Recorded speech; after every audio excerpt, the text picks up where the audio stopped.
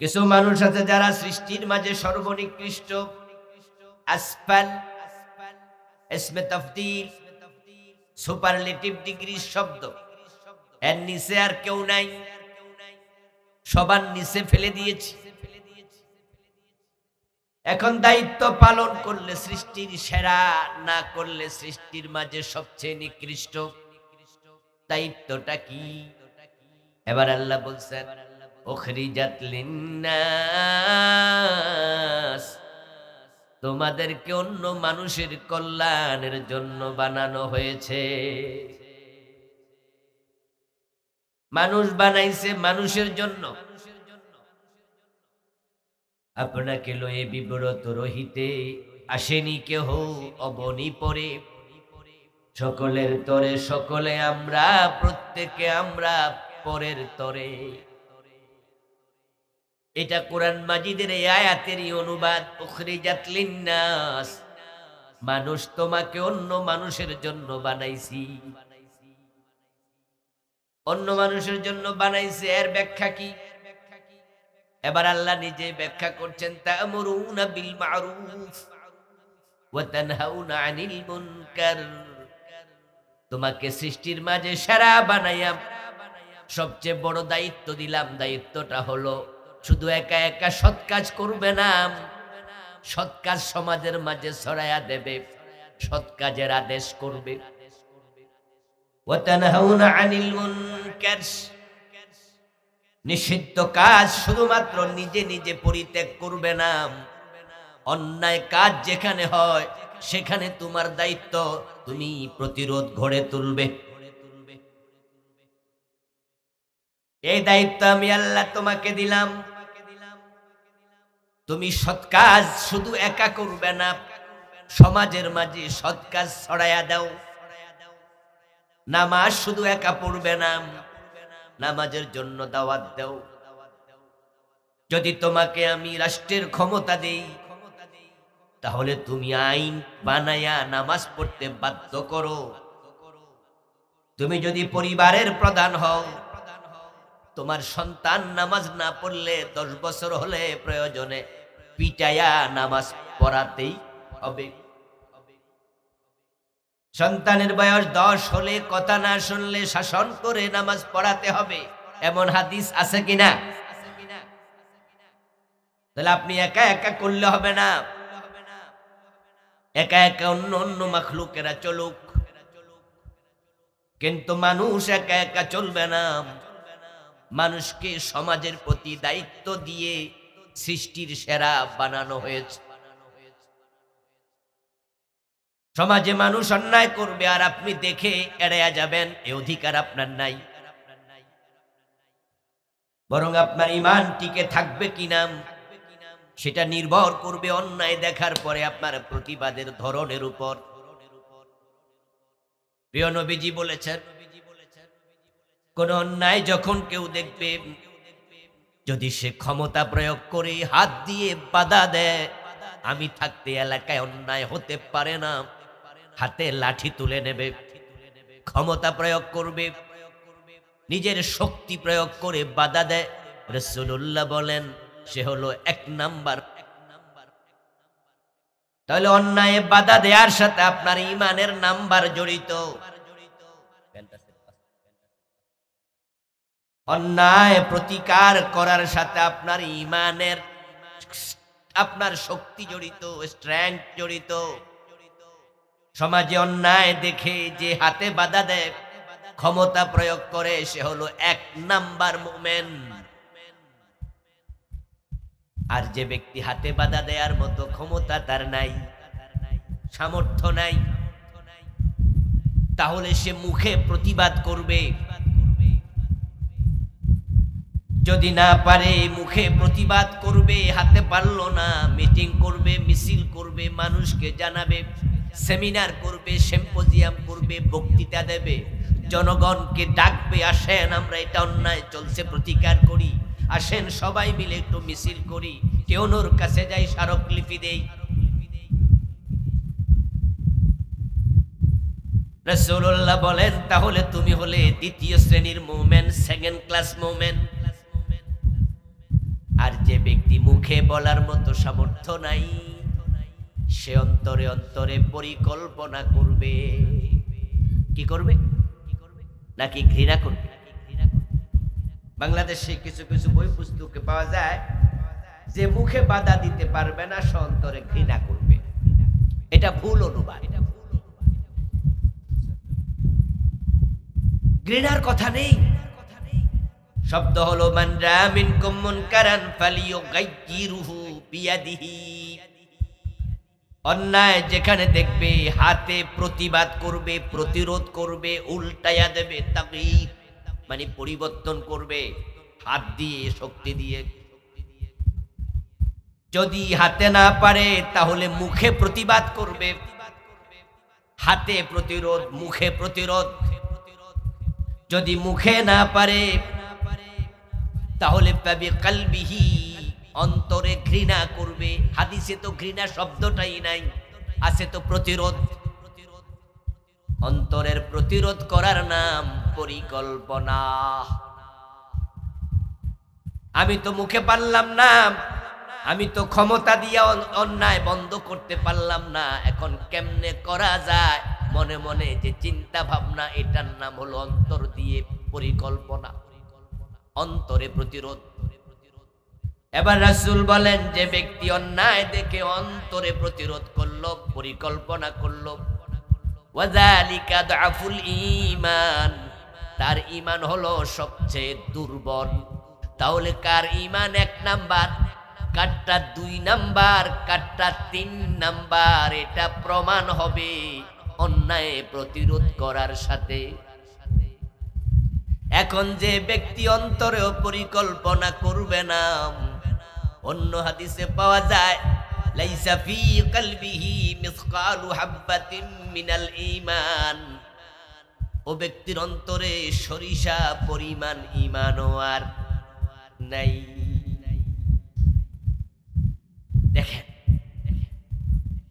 আপনি আমি সৃষ্টির সেরা, আমি মুমিন, আপনি মুমিন, এজন্য আপনি সৃষ্টির মাঝে সেরা। আদমের সন্তানের মাঝে ফেরাউনও আছে, আদমের সন্তানের মাঝে নমরুদও আছে, আদমের সন্তানদের মাঝে আবু জেহেলও আছে। আপনারা বলুন তো, নমরুদ, ফেরাউন, আবু জেহেল সৃষ্টির মাঝে সেরা না সৃষ্টির মাঝে নিকৃষ্ট? কারণ তাদের ঈমান। তো অন্যায় দেখে যদি আপনিও চুপ থাকেন, হাতেও করলেন না, মুখেও করলেন না, অন্তরও পরিকল্পনা করলেন না, রাসূল বলে তার অন্তরেও সরিষা পরিমাণ ঈমান নাই, তাহলে অন্যায় দেখে যারা চুপ থাকে তাদের মাঝে আর আবু জেহেলের মাঝে কোনো পার্থক্য?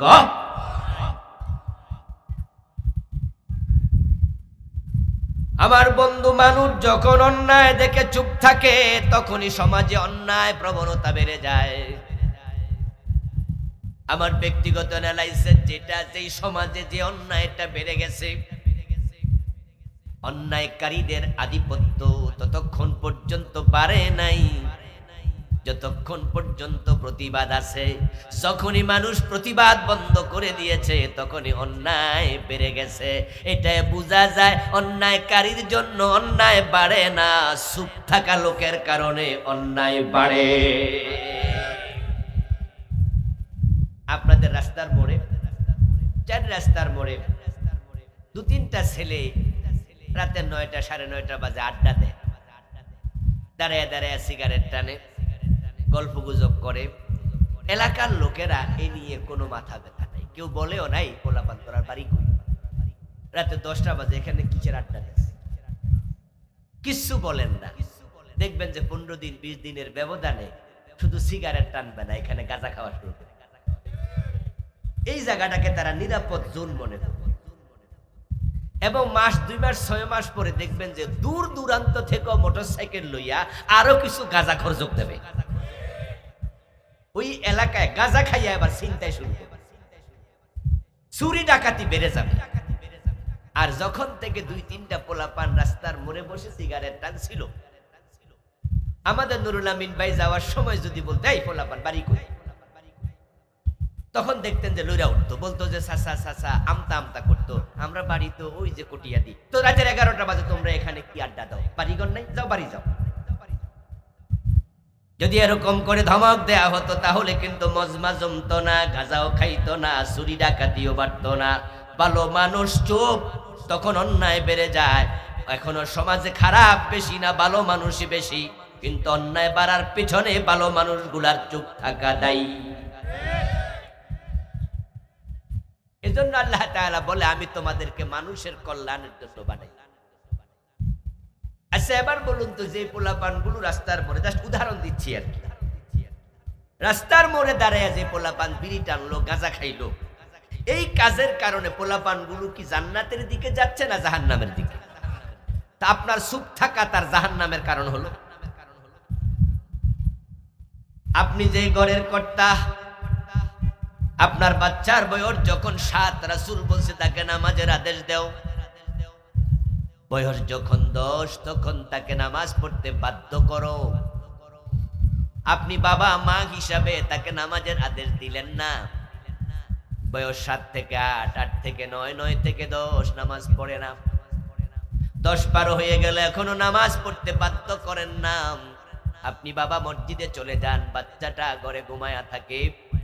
আপনার যুবতী মেয়ে কলেজে যায়, স্কুলে যায়, বোরকা সিলাইয়া দেন না।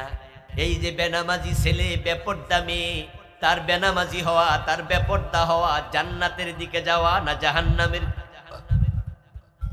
এই জন্য আপনি বাবা আপনার মার কি দায় নাই? আপনি নামাজের আদেশ করেন নাই, বেনামাজি হয়েছে।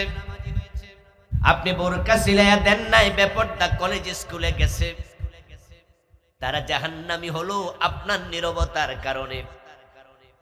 এখন আপনাকে আল্লাহ তাআলা হাসরের দিন প্রশ্ন করবেন, তোমাকে দায়িত্ব দিয়েছিলাম কিছু মানুষের অধীনে, কিছু মানুষকে তোমার অধীন করে দিয়েছিলাম। আলা কুল্লুকুম রাঈন ওয়া কুল্লুকুম মাসউলুন আন রাইয়াতিহি, তোমরা সকলে দায়িত্বশীল। হাসরের ময়দানে তোমার অধীনস্থদের ব্যাপারে দায়িত্ব পালন করেছো কিনা তোমাকে প্রশ্ন করা হবে। শুধু নিজেকে নিয়ে ব্যস্ত থাকবেন না, একা একা জান্নাতে যাওয়া যায় না।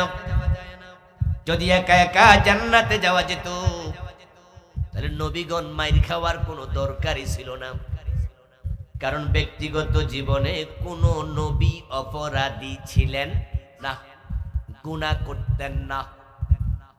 তো তারা মাইর খাইলো কেন? নিজের অপরাধের কারণে। সাদা চাইতে গিয়া মাইর খাইছে, মানুষের জমি দখল করতে গিয়া কোন নবী মাইর খাইছে? তো মাইর খাইলো কেন? আমার বন্ধু মাইর খাইছে ওই মানুষগুলাকে জান্নাতের পথে ডাকতে গেছে। মানুষ শিরিক করতো, বলছে শিরিক করো না। মানুষ কুফর করতো, তিনি চুপ থাকেন নাই, তিনি ভাবেন নাই আমি তো শিরিক করি না, মানুষ করলে আমার কি? আমি তো কুফর করি না, মানুষে কুফর করলে আমার কি? না, তিনি শিরিক থেকে মুক্ত করার জন্য চেষ্টা করতে যায় মাইর খাইছে। তিনি কুফর থেকে মুক্ত করতে গিয়া মাইর খাইছে। এ কোরআনের আহ্বান মানুষের বাড়িতে পৌঁছাইতে গিয়া মাইর খাইছে, কালেমার দাওয়াত দিতে গিয়া মাইর খাইছে। কিন্তু আপনি আমি মাইর খাই না, এর কারণ আমরা মানুষকে কুফর, শিরিক, কালেমার দাওয়াত ইত্যাদি বিষয়ে আমরা তাদের মতো এতটা তৎপর না। আমরা ভাবি আমি তো নামাজ পড়ি, পাবলিক না পড়লে আমার কি?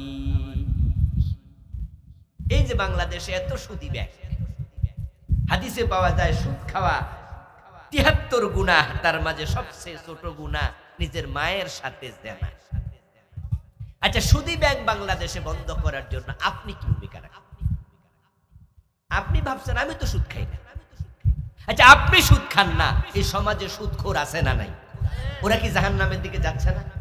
ওদেরকে বাঁচানোর জন্য আপনি কি কাজ করছেন?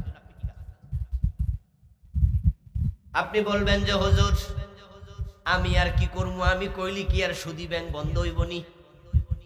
তো আমি কি করতাম বুঝিও তো না কি করা উচিত। আমি বলবো হ্যাঁ দোস্ত, সুদী ব্যাংক বন্ধ করতে হলে আপনাকে সংসদ ভবনে এমন নেতা পাঠাইতে হবে, এমপি বানাইয়া, যে স্পিকারের কাছে বলবে বাংলাদেশ মুসলিম দেশ, এদেশে সুদী ব্যাংক চলবে না। স্পিকার বলবে মাননীয় এমপিরা আপনারা কি বলেন?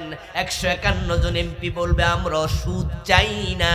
একবার হ্যাঁ বললে সুদ বন্ধ হয়ে যাবে। এমপি বানানোর পিছনে আপনার ভোটের ভূমিকা আছে না নাই? কিন্তু আপনি তো ভোট দিছেন হেরে, যে সুদ আরো বেশি খাইব।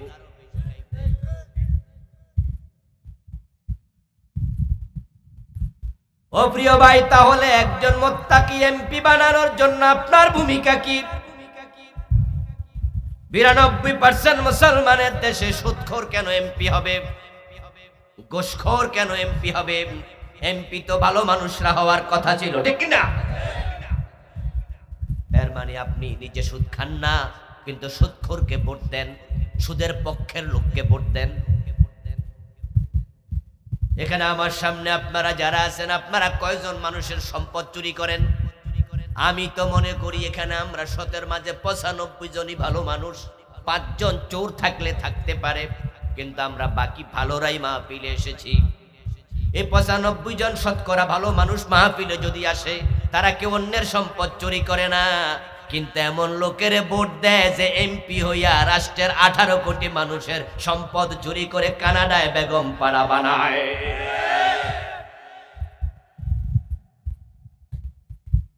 আপনি নিজে চোর নয়, কিন্তু আপনি যাকে ভোট দেন সে নেতা চোর। তাহলে আপনি বলুন তো, আপনি অন্যায়ের বিপক্ষে ভূমিকা রাখলেন না পক্ষে? তা আপনারে কি অন্যায়ের পক্ষ নেওয়ার জন্য আল্লাহ সৃষ্টির সেরা বানাইছে? আমার বন্ধু, আল্লাহ তাআলা সৎ কাজের আদেশ অসৎ কাজের নিষেধ করার জন্য বানাইছে। এ বিষয়ে ভূমিকা রাখবেন সবাই মিলে, এটা আপনার দায়িত্ব। ওয়ামুর হালাকা বিসসালাতি ওয়াস্তাবির আলাইহা। একা একা নামাজ পড়ে জান্নাত খোঁজো না দোস্ত। একা একা জান্নাতে যেতে পারলে নবীরা মাইর খাইতো না, এমনি জান্নাতে চলে যেত। এখন নবীরা যে মাইর খাওয়ার পরও দিনের দাওয়াতি কাজ চালাইছে, এটা শখের বসে, শখের বসে না দায়িত্ব? কি মনে হয়? শখে শখে মানুষকে দিনের পথে ডাকা, অন্যায় থেকে ফিরায় রাখার চেষ্টা করা, এটা নবীদের জন্য নফল না ফরজ? আপনার জন্য কি? এটা আপনার জন্য ফরজ। অন্যায় যেখানে প্রতিবাদ, কিন্তু আমরা আজকে অন্যায় প্রতিবাদ ভুলে গেছি, মূল দায়িত্ব থেকে সরে গেছি। এই জন্য সমাজে চুরি, ডাকাতি, চিন্তাই, রাহাজানি, খুন, ধর্ষণ, অপহরণ, চাঁদাবাজি অভাব নাই, অভাব নাই। আপনাদের কটিয়াদি বাজারে দোকানদারদেরকে কি সাদা দিতে হয় না? জানেননি নীরব সাদাবাজির খবর? এই যে ফুটপাতের মাঝে দোকান করে কটিয়াদি, কি ফুটপাতের মাঝে ফল ব্যবসায়ী, ফুটপাতের মাঝে কাপড় ব্যবসায়ী আছে না? ওদের কাছে যাই কানে কানে জিজ্ঞাসা করেন যে রাস্তার পাশে যে জায়গাগুলো আছে ফুটপাত দখল করে, ঢাকা শহরে তো দেখা যায় যে হাজার হাজার দোকান ফুটপাতে, হাজার হাজার দোকান। আমি মাঝে মাঝে জিজ্ঞেস করি, এই ভাই তোমাদেরকে সাদা দেয়া লাগে? বলো হুজুর 3-4 রকমের সাদা দিই। পুলিশকে দেই, এলাকার নেতাদেরকে দেই, এরপরে মিউনিসিপ্যালিটির লোক আছে যারা আপনার এই যে মেয়রের লোক আছে, সরকারি লোকেরা এসে সাদা নেয়, আইসা ধমক মারে, এই রাস্তার মাঝে দোকানদারি করো কেন? পুলিশের পোশাক পরা, পুলিশ দেখা দৌড় মারি। এবার দৌড়াস না, দৌড়াস না, থাক থাক, গরিব মানুষ কর, তবে তুইও কিছু খা, আমরাও কিছু দিই। দিন 100 টাকা দেই পুলিশের। এলাকার কমিশনারের লোক আইসা কয়, মিয়া ফাইজলামি পাইছো, এলাকার নেতা আমরা তো, হে আবার দিন 50। হুজুর 3-4 গ্রুপকে দেই। এই জায়গাটা সরকার দিছিল মানুষ হাঁটার জন্য, ওই গরিব বেটা ফুটপাতে দোকানদারি করে সাদা নিচ্ছে। এই জাতীয় সাদা যে দেয়া লাগে কে জানে না, এটা তো ওপেন সিক্রেট। কিন্তু যত দোকানদার আছে তারা যদি বলতো যে আমরা কেউ চাঁদা দেব না, তারা ভাববে এটা বলতে গেলে তো দোকান করতে দেবে না। এই জন্য তারা নীরবে চাঁদা দিচ্ছে, আরেক দল নীরবে চাঁদা খাচ্ছে। আর আমরা যারা পাশে থাকি আমরা এই বিষয়ে নাক গলাই না, নাক গলায় আবার কোন বিপদে পড়ি দরকার নাই, যেমনে চলছে চলতে থাকুক, সবাই চুপ। তাই সারা দেশ চাঁদাবাজির স্বর্গে রাজ্যে পরিণত হয়েছে। এইভাবে যত অপরাধ প্রবণতা আছে সব হচ্ছে। রাস্তার পাশে দাঁড়ায় দাঁড়ায় একটা মেয়ে কাঁদতেছে, এলাকার যুবক ভাই একজন হেঁটে যাচ্ছে, পরিচিত, জিজ্ঞাসা করলো, কি গো মরিয়াম তুই কাঁদস কেন? এলাকার মেয়ে চিনে। মেয়ে বলতেছে, ভাই কানবো না, বাবা মরছে মা মরছে কত আগে, তুমি তো জানোই। আমার জমিটা আমার ভাই তো দেয় না, তো আমার ছেলে বড় হয়েছে, ছেলেটাকে একটু জমি বেচা ভাবছিলাম বাবার পাওয়া সম্পদ বিক্রি করে বিদেশ পাঠাবো, মালয়েশিয়া। তোমার দুলাভাই আমার কইছে যে যা, যে বাইরে ক যে আমার জায়গাটা দেন, আমি বেচা একটু ছেলে বিদেশ পাঠাবো। আর ছিলাম আজকে, আমার ভাই কথা শোনার সাথে সাথে ঘাড়ে ধাক্কা মারছে, বাইর কিসের জমি, কিসের জমি তোর, বাইর। এখন যদি জামাই ভাই যাইয়া কই যে আমার ভাই ধাক্কা মাইরা পাঠাই দিছে, জামাই তো আরেক ধাক্কা মার, এই জন্য খাড়ায় খাড়ায় একটু কাঁদতেছি, বুঝতে পারতেছি না কি করি। এখন যেই ছেলে জিজ্ঞাসা করছে সে আবার মনে মনে ভাবে, আচ্ছা এখন যদি আমি মেয়ের পক্ষ হইয়া মেয়ের ভাইয়ের কাছে যাইয়া কই, এ বেটা বোনের ঘাড়ে ধাক্কা দেস কেন, তার পাওনা জমি দিবি, তোর অসুবিধা কি, বাপের সম্পত্তি তুই যদি মালিক হস, তোর বোনও তো মালিক। এই কথা আমার বলা উচিত, কিন্তু কইতে গেলে তো মুখ কষাকষি, মন কষাকষি, কালাকালি। তো বোনের পক্ষ হইয়া হেতের বোনের লাইগা আমার মন খারাপ, কষাকষি করে লাভ কি? এটা ভাইবা এবার আস্তে করে কয়, মরিয়ম মারপেটের ভাই যদি ধাক্কা দেয় আমি করতাম কি? কিচ্ছু বলে নাই, চলে গেছে। অন্যায় শুনেছে, দেখেছে, বাধা দেয়ার কোন চিন্তা অন্তরে লালন। একটু বড় যাচ্ছে এলাকার মেম্বার, উনিও দেখলো মেয়েটা দাঁড়ায়া দাঁড়ায় কাঁদে। মেয়েটা মেম্বার সাহেবকে দেখে এক কদম আগায়া বলছে, চাচা একটু দাঁড়ান।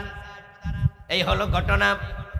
মেম্বার শূন্য আদ্যপান্ত শুনে মনে মনে ভাবে, এখন যদি মেয়ের পক্ষ হইয়া তার ভাইয়ের সাথে গিয়া আমি বলি বোনের সম্পদ দে, তাহলে আগামীবার নির্বাচনে ভোট দিবে না।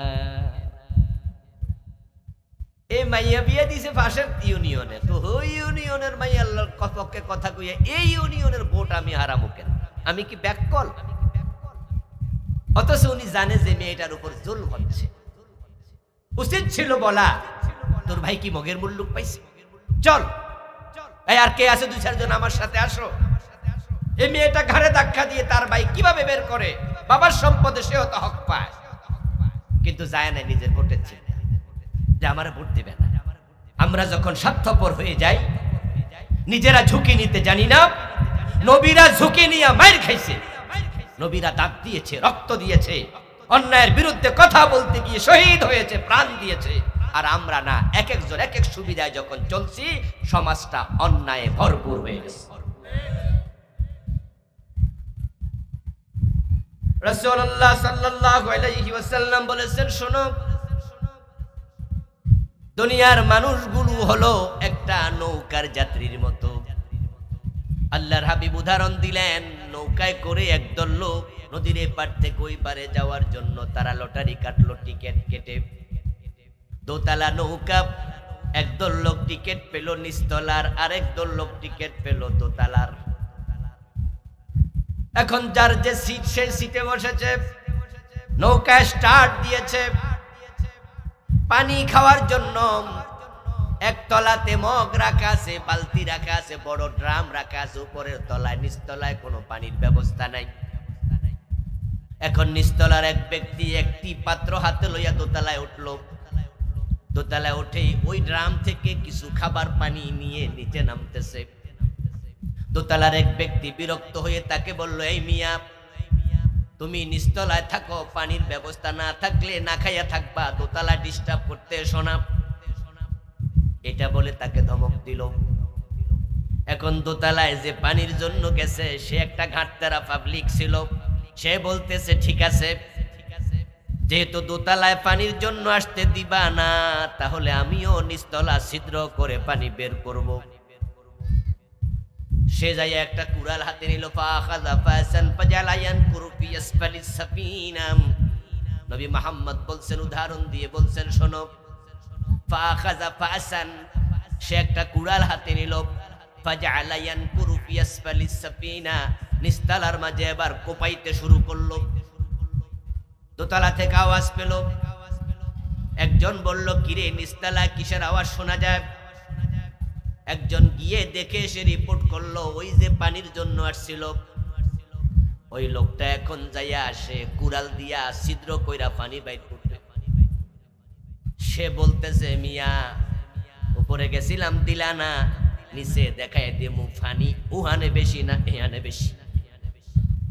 এই খবর শোনার পরে দোতলার লোকেরা যদি, রাসূল বলছেন, দোতলার লোকেরা যদি আবার মন্তব্য করে, নিচতলায় ছিদ্র করলে আমাদের কি? আমাদের দোতলা তো ঠিক আছে। তাহলে কিছুক্ষণ পরে পুরা নৌকা ডুববে, যখন ছিদ্রকারীও ডুববে, দোতলায় যারা আছে তারাও ডুববে। আর তারা যদি তার হাত চেপে ধরে, তাকে বাধা দেয়, না নাম, তুমি নৌকা ছিদ্র করো নাম, তাহলে যে ছিদ্র করছিল সেও বাঁচবে এবং যারা দোতলায় পুরা নৌকায় আছে তারাও বাঁচবে। তোমরা অন্যায়কারীর অন্যায় দেখে মাঝে মাঝে ভাবো, অন্যায় সে করে আমার কি? গজব যখন আসবে অন্যায়ের কারণে, ওই গজব থেকে আল্লাহ কাউকে রেহাই দেয় না। ওয়াত্তাকু ফিতনাতান লা তুসিবান্নাল্লাযীনা যালামু মিনকুম খাসসা। আল্লাহ বলছে, ওই আযাবের ব্যাপারে আল্লাহকে ভয় করো যখন অপরাধ প্রবণতা সমাজে বেড়ে যাবে, জেনা বেড়ে যাবে, সুদ বেড়ে যাবে, জুলুম বেড়ে যাবে, তখন আল্লাহর পক্ষ থেকে আযাব আসবে, অনাবৃষ্টি আসবে, অতিবৃষ্টি আসবে, খরা আসবে, দুর্ভিক্ষ আসবে, টর্নেডো আসবে, ভূমিকম্প হবে, গজব আসবে। ওই গজব যখন আসবে তখন আল্লাহ শুধু অপরাধীকে বেছে বেছে গজব দেয় না। যারা সমাজে অপরাধ দেখে চুপ ছিল, তারা অপরাধ না করার পরেও গজব তাদের উপরেও।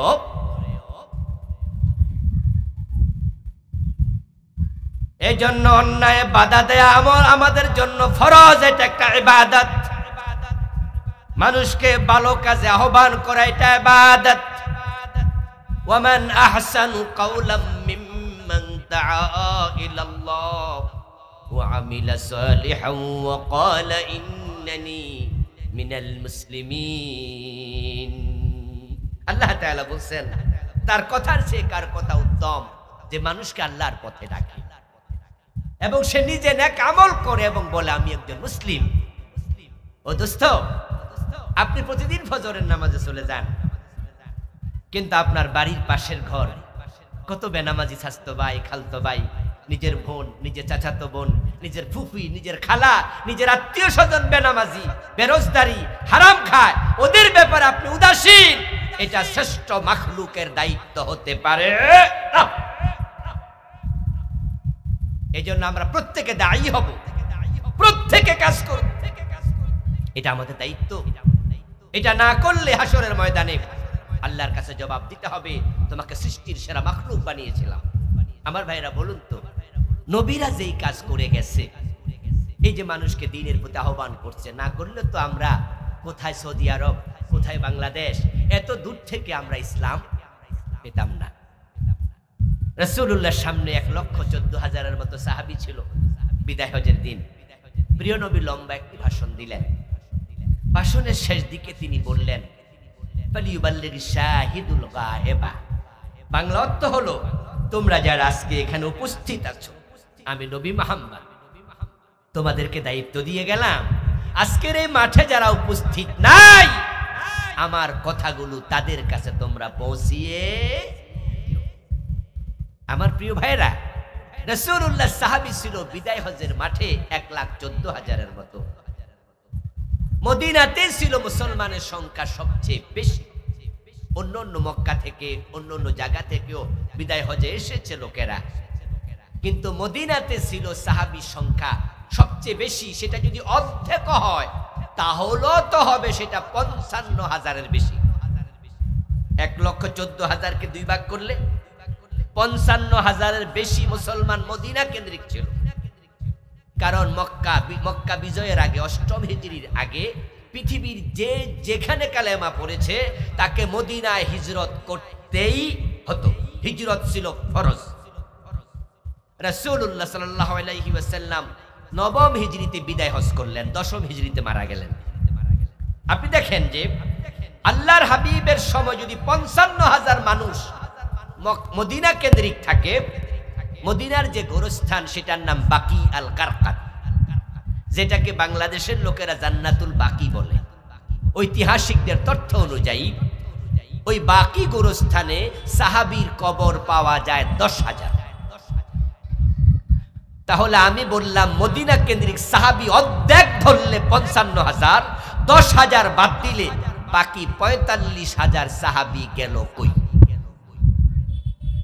তার উত্তর হলো আল্লাহর হাবিব সাল্লাল্লাহু আলাইহি ওয়াসাল্লামের ইন্তেকালের পরে, বিদায় হজের ভাষণের পরে নবীজি মুহাম্মদ বেশি দিন দুনিয়ায় ছিলেন না।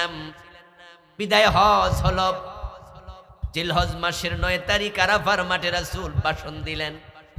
জিলহজের পরে আসলো মুহররম, তারপরে সফর, তারপর রবিউল আউয়ালের 12 তারিখ রাসূল ইন্তেকাল করলেন।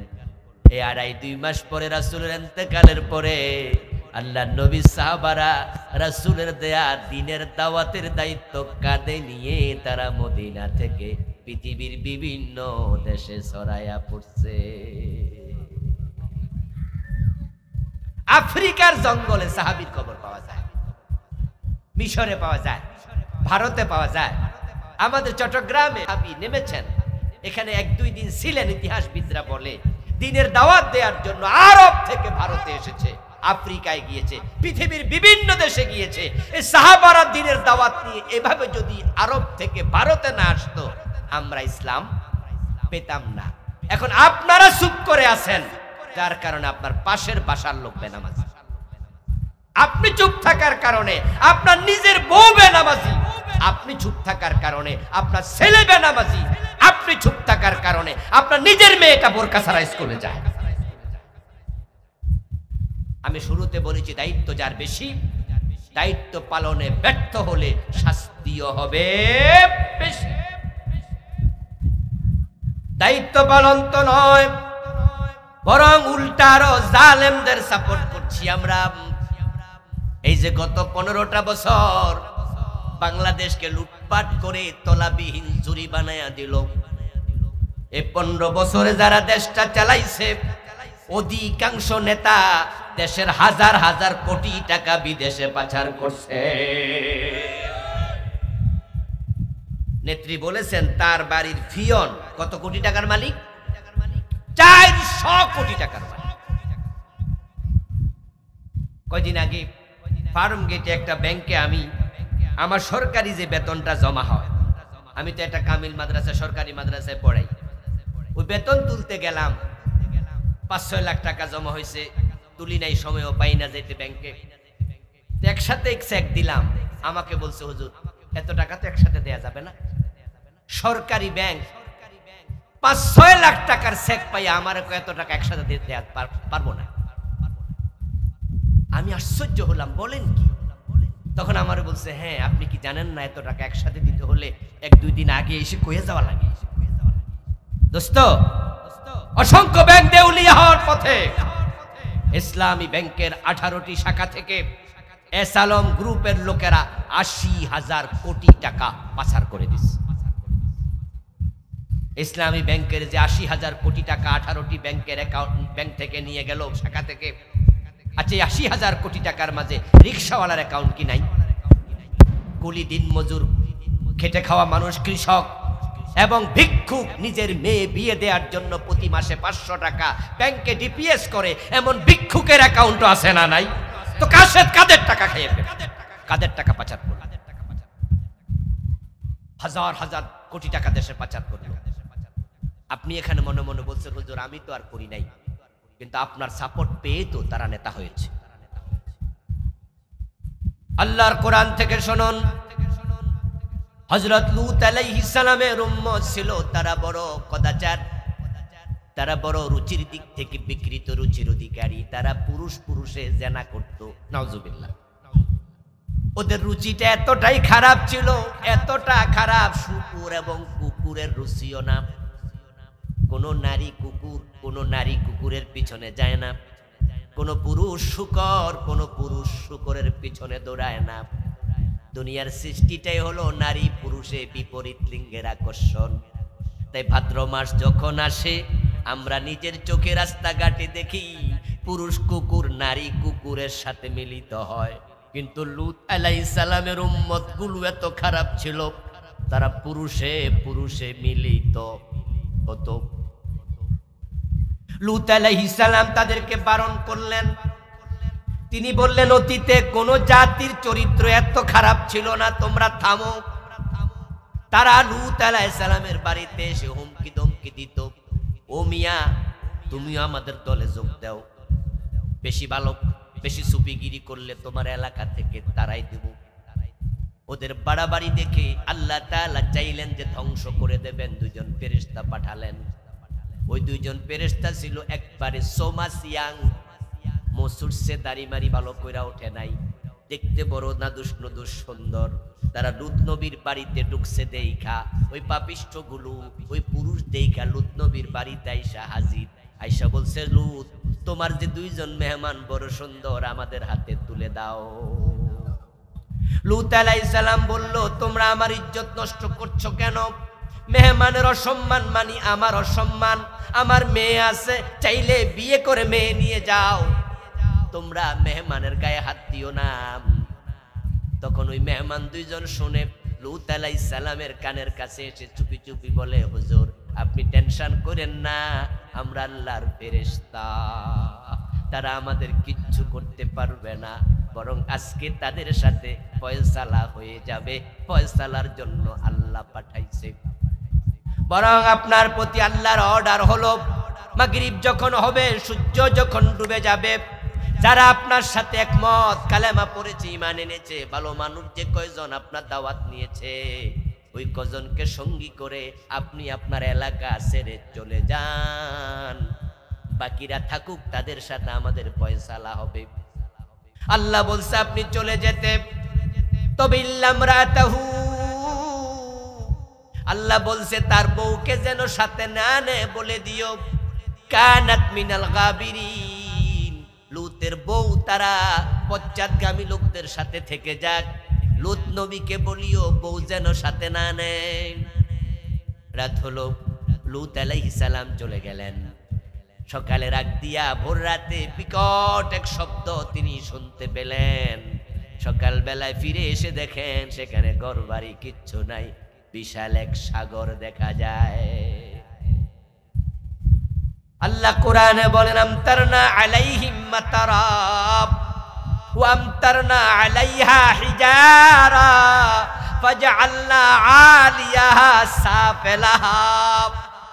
কোরআনে বিভিন্ন আঙ্গিকে আল্লাহ বললেন, ওই দুইজন ফেরেশতাকে রাতের গভীরে আল্লাহ বলেছে, ও ফেরেশতারা, মানুষ যেমন কোদাল দিয়া কোপ দিয়া মাটি কাটে, তোমরা দুই ফেরেশতা ওই জমিনের দুই পাশে হাতের আঙ্গুল ঢুকাইয়া দাও, পুরা জমিনটাকে হাতের তালুতে নিয়ে নাও। টোটাল পাপিষ্ঠগুলো সহ পুরা জমিনটাকে তারা হাতের তালুতে নিল। আল্লাহ বললে এবার উপরের দিকে আসমানের দিকে তোলো। ওই ফেরেশতা দুইজন হাতের তালুতে করে জমিনটা আসমানের দিকে তুলেছে। আল্লাহ বলে, আমতারনা আলাইহা হিজারা, আমি তাদের উপরে পাথরের বৃষ্টি বর্ষণ শুরু করে দিয়েছি। আমতারনা আলাইহিম মাতারাব, বৃষ্টির ফোঁটা যেমন পড়ে, পাথর এমন ভাবে বর্ষণ করলাম, সবগুলাকে পশুর চিবানো ভুসি বানায়া দিলাম।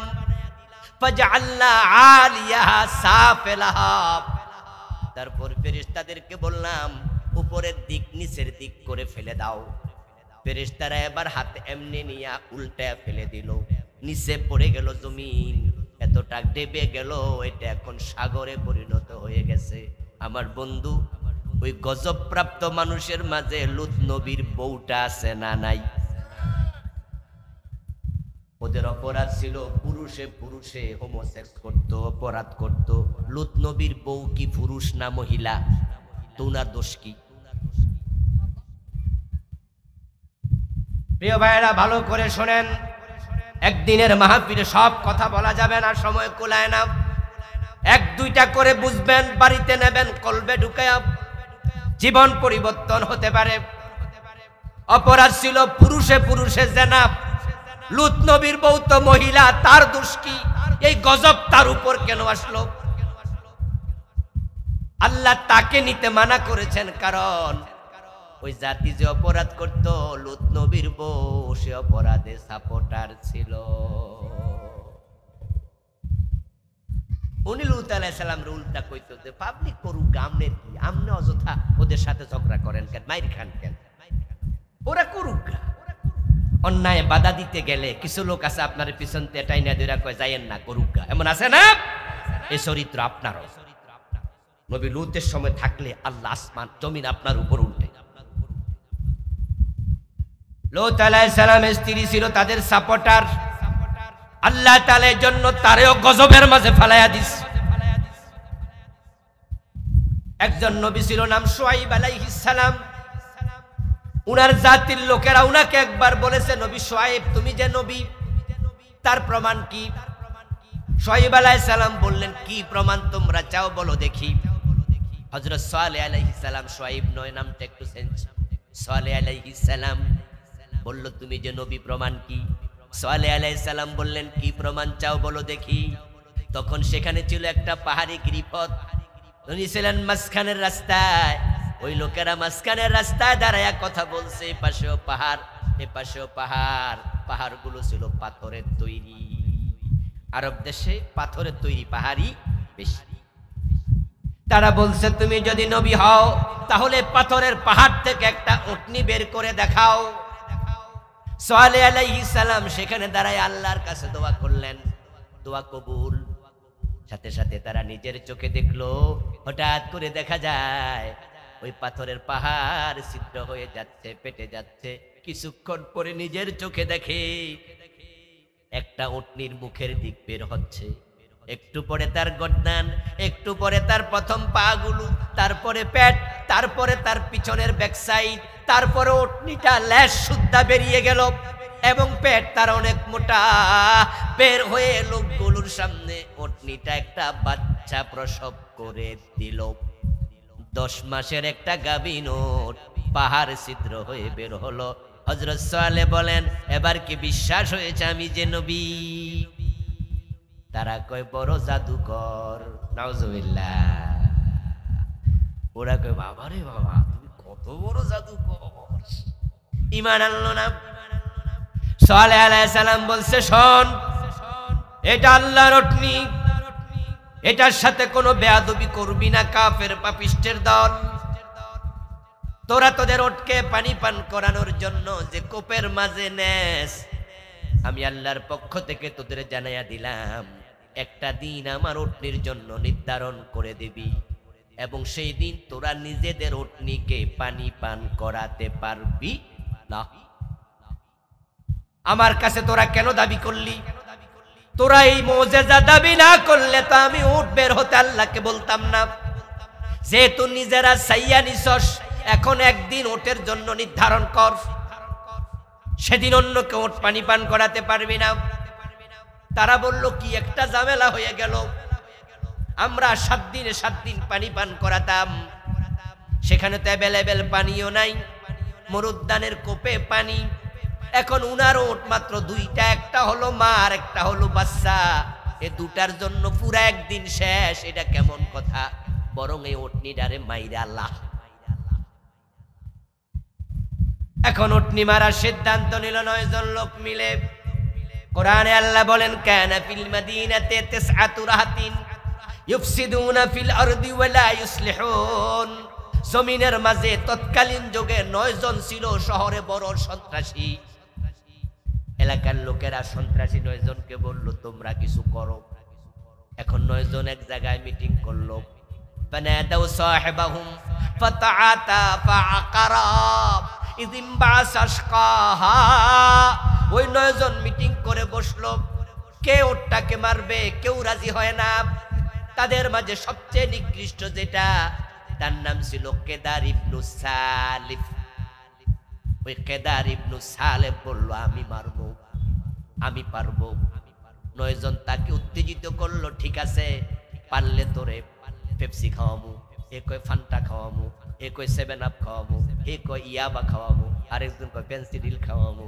মানে উত্তেজিত করার জন্য যা করা দরকার। ইদিম বাসা আশকাহা, তাদের সবচেয়ে নিকৃষ্টটাকে তারা উত্তেজিত করে দিল।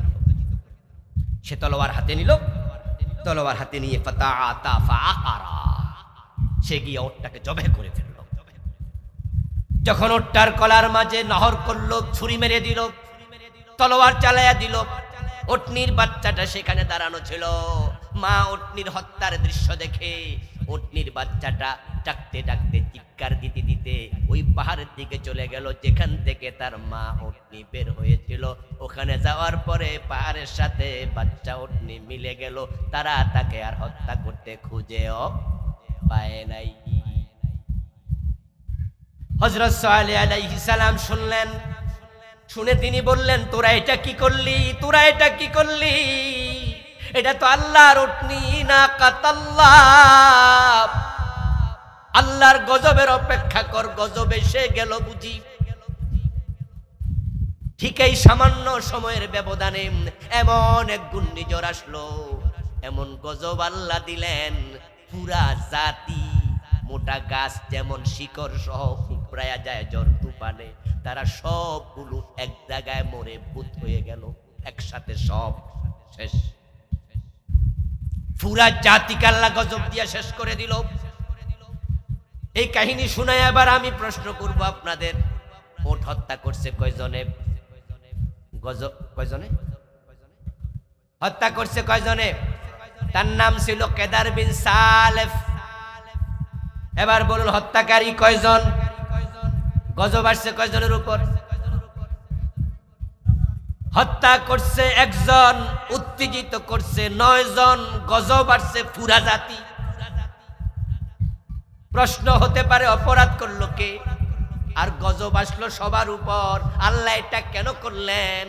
উত্তর হলো পুরা জাতি। বাকি 9 জনকে বাধা দেয় নাই, কেদার ইবনে সালেফকেও বাধা দেয় নাই। তারা যদি বলতো আল্লাহর ওট হত্যা করো না, গজব আসতো না। ঠিক আমাদের দেশে কত অন্যায়, কত জুলুম। আপনারা অনেকে আছেন নবী লুতের বউয়ের মতো সাপোর্টার, অনেকে আছেন চুপ কইরা বসে আছেন। যদি আল্লাহর গজব আসে কেউ বাঁচতে পারবে না। এই জন্য সৎ কাজের আদেশ, অসৎ কাজের নিষেধ, এটা মুমিনের সবচেয়ে বড় দায়িত্ব। আল্লাহ তাআলা জিবরিল আমিনকে একদিন পাঠালেন, জিবরিল যাও, আনাকলিব মাদিনাতা কাযা বিআহলিহা, অমুক জায়গায় গিয়ে পুরা জমিন অধিবাসী শুদ্ধ উল্টায়া দাও। জিবরিল আমিন গেলেন, গিয়ে দেখেন সেখানের এক মসজিদে আল্লাহর এক বান্দা জিকির করছে, নামাজ পড়ছে। জিবরিল আমিন বললেন, ইয়া রাব্বি ইন্না ফীহি মাবদাকা ফুলানান লাম ইয়াসিকা তারফাতা আইন। আল্লাহ জমিন তো উল্টাবো, কিন্তু একজন ব্যক্তি এখানে আছে যে ব্যক্তি 1 সেকেন্ডের জন্য কোনো গুনার কাজ করে নাই, তাকে কি করব?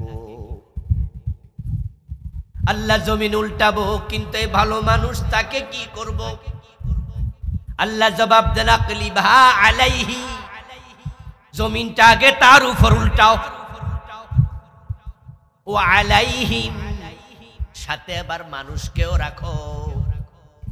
ওই লোক তো অপরাধী নয়, তার উপর জমিন আল্লাহ উল্টাইতে কেন বললেন? এবার রাসূলুল্লাহ ব্যাখ্যা দেন। আল্লাহ বলতেছে জিবরিলকে, ফাইন্না ওয়াজহাহু লাম ইয়াতামার ফিয়াতা সাআতান কাত্তু। এর কারণ হলো সমাজে হাজারো অন্যায় ছিল, এই বেটা সারা দিন জিকির করছে আর নামাজ রোজা করছে, অন্যায়কারীদের অন্যায় দেখে কখনো বাধা দিতে যায় নাই। এমন নামাজি আমি আল্লাহর প্রয়োজন নাই। সমাজে অন্যায় দেখে তার চেহারা লাল হয় নাই। আজকের বাংলাদেশেও এমন অবস্থা হয়ে গেছে, অনেক লোক আছে হাজারো অন্যায় দেখো চুপচাপ থাকে, কিচ্ছু কয় না, এর কিছু লাগেই না। প্রিয় নবীজি সাল্লাল্লাহু আলাইহি সাল্লাম আল্লাহর কাছে দোয়া করে গেছিলেন যে আল্লাহ, আমার উম্মতকে তুমি চেহারা বিকৃত করে দিও না। হে আল্লাহ, আমার উম্মতকে তুমি জমিনের ধস দিয়া ধ্বংস করে দিও না। রাসূলুল্লাহ যদি দোয়া করে না যেতেন তাহলে আমাদের যে অবস্থা কত আগে গজব চলে আসে। তবে রাসূল তো এই দোয়া করে নাই যে আল্লাহ আমার উম্মতকে আপনি দোজখে দিয়েন না, এই কথা তো রাসূল বলে নাই। বরং রাসূল বলেছে আমার উম্মত হবে ৭৩ দল, তার মাঝে ৭২ দল দুজখী হবে, জান্নাতি হবে কয় দল? রাসূল বলছে আল্লাহ গজব দিয়ে ধ্বংস করো না, চেহারা বিকৃত করে বানর বানাইও না। অতীতের যুগে কত নবীর উম্মত বান্দর হয়েছে, হয় নাই? শুকর হয়েছে নবীর উম্মত। সুলাইমান আলাইহিস সালামের উম্মতকে আল্লাহ আপনার দাউদ আলাইহিস সালামের উম্মতকে আল্লাহ বান্দর বানাইছে। হযরত ঈসা নবীর উম্মতকে আল্লাহ শুকর বানাইছে। বলছে আল্লাহ আমার উম্মতের তুমি এরকম চেহারা বিকৃত করো না। আল্লাহ বলছে ওকে, জমি ধস দিও না, ভূমিকম্প দিয়া আল্লাহ তাআলা উম্মতে মুহাম্মাদকে ধ্বংস করে দিও না। আল্লাহ বলছে ঠিক আছে, কিন্তু দোজখী বানাইও না এটা বলে নাই। আপনারা যারা অন্যায়ের প্রতিবাদ করেন না জাহান্নামী হওয়ার সম্ভাবনা আছে না নাই?